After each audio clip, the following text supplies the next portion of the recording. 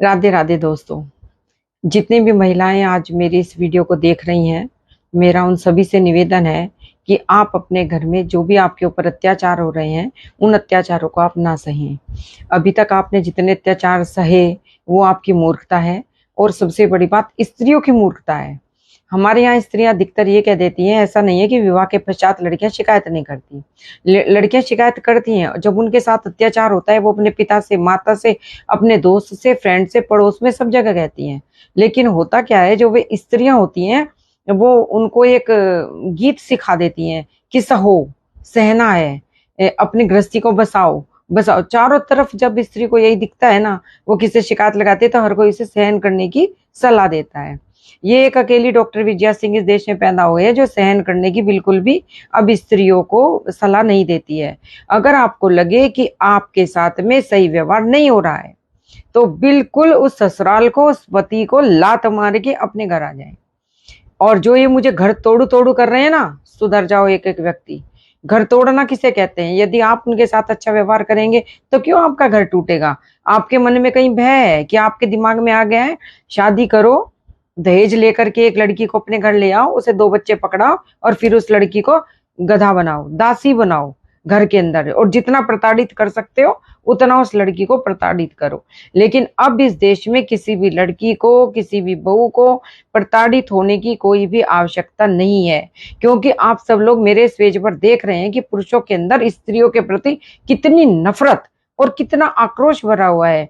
ये कोई भी व्यक्ति आपसे प्यार नहीं करता है, या कोई भी व्यक्ति ये नहीं चाहता है कि महिलाएं सुखी रहें।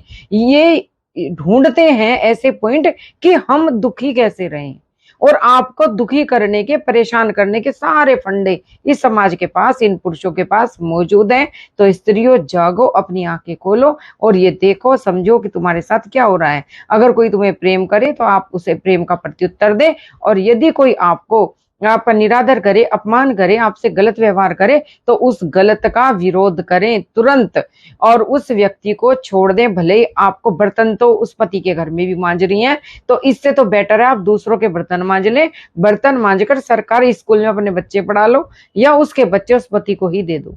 पकड़ भैया अपने बच्चे, में बर्तन मांज के खा लूंगी, मजदूरी करके खा लूंगी, नहीं चाहिए ऐसी ऐसी की हवा जहां मुझे अवसाद मिले, टॉर्चर मिले और परेशानियां मिले।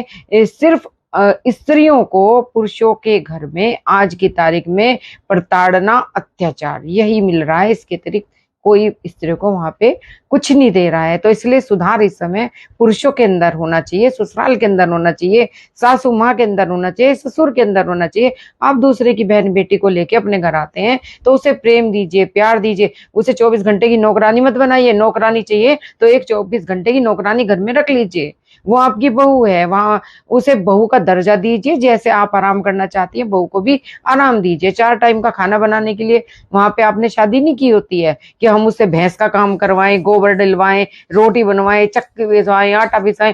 और जो शहरों में कहते हैं ना, गांव में जाके देख लो क्या हालत है औरतों की। सुबह से खड़ी होती है 5 बजे 6 बजे, बिस्तर छोड़ देती हैं, और उसके बाद में रात के 10-11 बजे जाके वो बिस्तरों पे लेटती हैं महिलाएं, और उसके बाद भी रात भी आपकी नहीं होती।